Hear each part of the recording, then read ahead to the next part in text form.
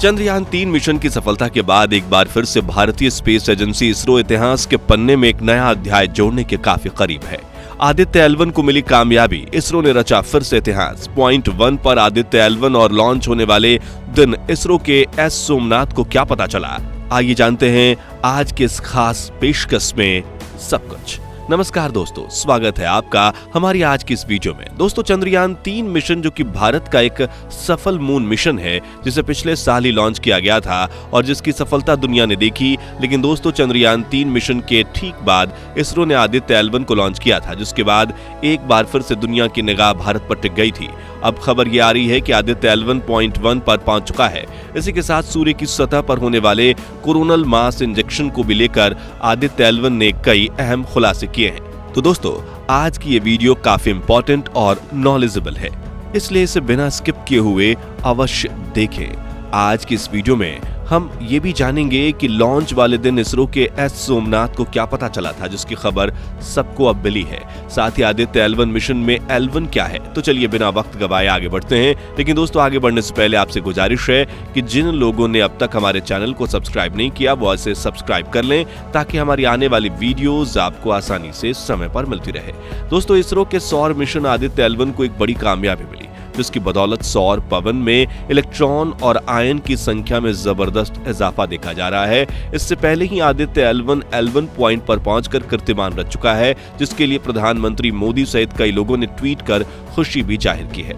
और दोस्तों, इसी बीच एक दुखद खबर भी सामने आई है, जो कि इसरो चीफ एस सोमनाथ से जुड़ी हुई है। तो क्या है आदित्य L1 से जुड़ी तमाम जानकारी और खबरें, ये हम एक एक करके वीडियो में जानेंगे। आइए सबसे पहले ये जानते हैं कि फिलहाल आदित्य L1 को कौन सी बड़ी कामयाबी मिली है। आदित्य L1 पर लगे पेलोड ने दी इसरो को अहम जानकारी। दोस्तों, आदित्य L1 पर लगे पेलोड ने हाल ही में इसरो को एक अहम जानकारी दी। वो जानकारी क्या है, इसे जानने से पहले आइए सबसे पहले हम ये जानते हैं कि आखिर पेलोड क्या है, इसका काम क्या है। बता दें कि पेलोड को पवन ऊर्जा, इलेक्ट्रॉन और आयन की समीक्षा के लिए इसरो द्वारा डिजाइन किया गया है। पेलोड PAPA यानी कि plasma analyser package for Aditya को विक्रम साराभाई स्पेस सेंटर की space physics laboratory and avionics entity द्वारा विकसित किया गया है। दोस्तों, इसी की मदद से सौर पवन की दिशा का भी पता लगाया जा सकता है। इसमें 2 sensor, solar wind electron energy probe और solar wind iron composition analyser लगे हैं। बता दें कि जहां एक और solar wind electron energy probe 10 EV से लेकर 3 kVA की रेंज इलेक्ट्रॉन की गणना करते हैं, वहीं दूसरी ओर solar wind ion composition analyser 10 EV से लेकर 25 kVA के बीच के इलेक्ट्रॉन की गणना करता है। इसरो ने हाल ही में यह बताया कि आदित्य L1 पर लगे इस पेलोड ने पहले 15 दिसंबर 2023 को, फिर 10 से 11 फरवरी 2024 को कोरोनल मास इंजेक्शन की घटना को दर्ज किया था। जी हां दोस्तों, इसरो ने अपने हालिया बयान में यह बताया कि 15 दिसंबर 2023 को पेलोड PAPA ने कोरोनल मास इंजेक्शन की प्रक्रिया को अंजाम दिया, जिसके तहत यह पाया गया कि कुल इलेक्ट्रॉन और आयन की गिनती में अचानक वृद्धि हुई है और L1 पॉइंट पर डीप स्पेस क्लाइमेट ऑब्जर्वेटरी और एडवांस कंपोजिशन एक्सप्लोरर उपग्रह से प्राप्त समय भिन्नता और सौर मापदंड और चुंबकीय क्षेत्र मैप में भी समानता पाई गई है। जबकि 10 से 11 फरवरी से हुई इस प्रक्रिया के दौरान कोरोनल मास इंजेक्शन की छोटी छोटी कई घटनाएं घटित हुई हैं। उस दौरान इलेक्ट्रॉन, आयन और समय भिन्नता में काफी अंतर पाया गया है। दोस्तों, आदित्य L1 के पेलोड PAPA द्वारा इलेक्ट्रॉन और आयन से जुड़ी यह अहम जानकारी जुटाकर वाकई इसरो ने एक बड़ी कामयाबी हासिल की है। इसरो ने इस कामयाबी को हासिल कर भारत को अंतरिक्ष के क्षेत्र में एक अलग आयाम पर पहुंचा दिया है। इससे पहले ही चंद्रयान 3 मिशन को चांद के उस हिस्से में इसरो ने अंजाम दिया जहां अब तक भारत के अलावा कोई और देश नहीं पहुंच पाया है। जी हां दोस्तों, चांद के उस हिस्से में अब तक किसी भी देश ने अपना मिशन नहीं किया है और ऐसे में इसरो ने चंद्रयान 3 मिशन के जरिए चांद के उस हिस्से पर पहली बार उतरकर इतिहास रच डाला था, जिसके ठीक बाद 2 सितंबर को इसरो द्वारा आदित्य L1 को लॉन्च किया गया। और अब जब आदित्य L1 L पॉइंट पर पहुंचकर सूर्य से जुड़ी अहम जानकारी जुटा रहा है, तो ये वाकई इसरो के साथ साथ भारत की एक बहुत बड़ी सफलता है। आइए अब ये जानते हैं कि आदित्य L1 मिशन में L1 पॉइंट क्या है। L1 पॉइंट को ही इसरो ने इस मिशन के लिए क्यों चुना? क्या है L1 पॉइंट? इसरो ने L1 पॉइंट को ही क्यों चुना? दोस्तों, L1 पॉइंट को लैग्रेंजियन पॉइंट, लिबरेशन पॉइंट या L पॉइंट के तौर पर भी जाना जाता है। आप ये तो अच्छी तरह से जानते हैं कि सूरज की दूरी पृथ्वी से तकरीबन 15 करोड़ किलोमीटर है और पृथ्वी से सूरज की इसी दूरी के बीच 5 लैग्रेंज पॉइंट हैं जिन्हें L1, L2, L3, L4 और L5 पॉइंट के नाम से जाना जाता है। बता दें कि इन पॉइंट्स का नाम इतालवी खगोल शास्त्री और गणितज्ञ जोसेफ लुई लैग्रेंज के नाम पर रखा गया है। दोस्तों, इन पांचों पॉइंट्स के बारे में वैज्ञानिकों का यह कहना है कि L1, L2 और L3 पॉइंट्स अस्थिर है, जबकि L4 और L5 पॉइंट्स स्थिर है।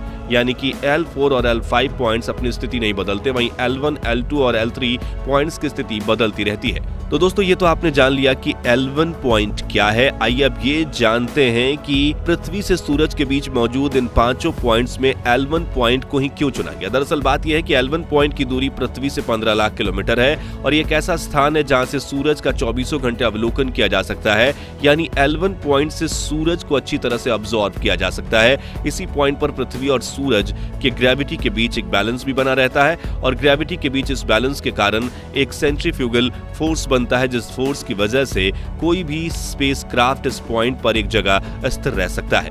इसके अलावा इसरो ने यह भी बताया कि L1 पर मौजूद स्पेसक्राफ्ट को दिन और रात का साइकिल भी प्रभावित नहीं करता। यानी कि L1 पॉइंट से सूरज सातों दिन 24 घंटे दिखाई पड़ता है, जिससे कि सूरज को ऑब्जर्व करना और भी आसान हो जाता है। बता दें कि इन सबके अलावा L1 पॉइंट पृथ्वी के सबसे नजदीक का पॉइंट है, जिससे आदित्य L1 द्वारा कोई भी इंफॉर्मेशन आसानी से इसरो तक पहुंच सकता है, जिससे कि भेजे गए डेटा के आधार पर स्टडी करने के लिहाज से काफी अच्छा है। दोस्तों, सितंबर 2023 में लॉन्च हुए आदित्य L1 के मिशन के बारे में इसरो ने बताया कि इस मिशन के जरिए सूर्य के आसपास के वायुमंडल का अध्ययन किया जाएगा। इसके अलावा क्रोमोस्फेरिक और कोरोना हिटिंग की स्टडी, फ्लेयर्स पर रिसर्च, सौर कोरोना की भौतिकी और इसके तापमान को मापने के साथ ही कोरोनल और कोरोनल लूप का निदान, इसमें तापमान, वेग और घनत्व की जानकारी को आदित्य L1 के जरिए निकालने का मिशन है। दोस्तों, बता दें कि इसरो का ये मिशन पूरी तरह से स्वदेशी है। जी हां, इसरो के मुताबिक इस मिशन को बेंगलुरु के इंडियन इंस्टीट्यूट फॉर एस्ट्रोफिजिक्स ने तैयार किया है। तो चलिए अब ये जानते हैं कि आदित्य L1 की इस कामयाबी के बीच इसरो से जुड़ी कौन दुख की खबर सामने आई है। इसरो चीफ एस सोमनाथ को कैंसर है। दोस्तों, कहा जाता है कि ज्यादातर लोग किसी सफल इंसान के संघर्ष की कहानी को याद रखते हैं और ये भी सच है और होना भी यही चाहिए, क्योंकि कहानी तो आम इंसानों की जिंदगी में भी है। लेकिन जब इंसान सफल होता है तो उसके संघर्ष का दौर बाकियों के लिए प्रेरणा का स्रोत बन जाता है। इसी कड़ी में इसरो के एस सोमनाथ की सच्ची लगन, उनके जुनून और उनके दृढ़ संकल्पों को आप बस इस बात से समझ लीजिए कि उन्होंने मिशन के दौरान एक राज को छुपा कर रखा और वो राज ये था कि उन्हें आदित्य L1 के लॉन्च के दिन अपने कैंसर जैसी जानलेवा बीमारी का पता चला।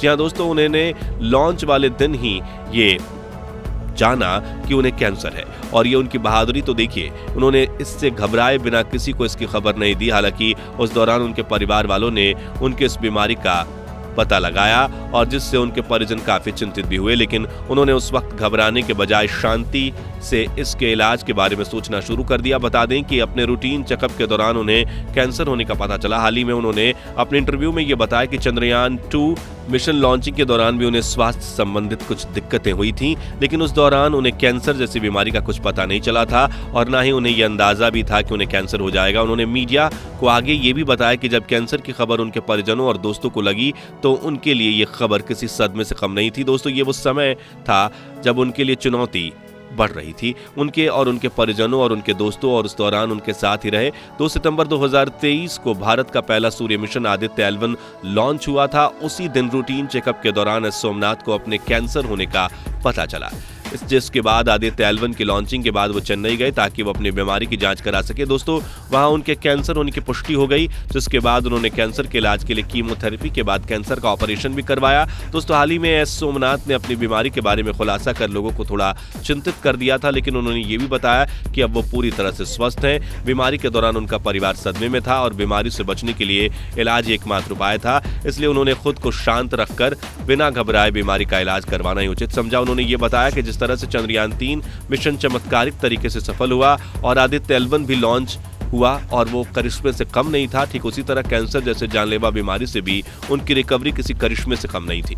जी हाँ दोस्तों, एस सोमनाथ ने यह बताया कि अस्पताल में महज 3 से 4 दिन बिताने के बाद ही उन्होंने इसरो में अपना काम वापस से संभाल लिया, जिससे ज्यादातर लोग को इस बात की भनक भी न लगी कि एस सोमनाथ कैंसर जैसी जानलेवा बीमारी से जूझ रहे हैं। उन्होंने काम के साथ साथ अपने रूटीन चेकअप को भी जारी रखा। वो अब भी अपने स्वास्थ्य को लेकर सचेत और सावधान है। फिलहाल एस सोमनाथ पूरी तरह से फिट हैं और आदित्य L1 मिशन पर दृढ़ता के साथ जुड़े हुए हैं।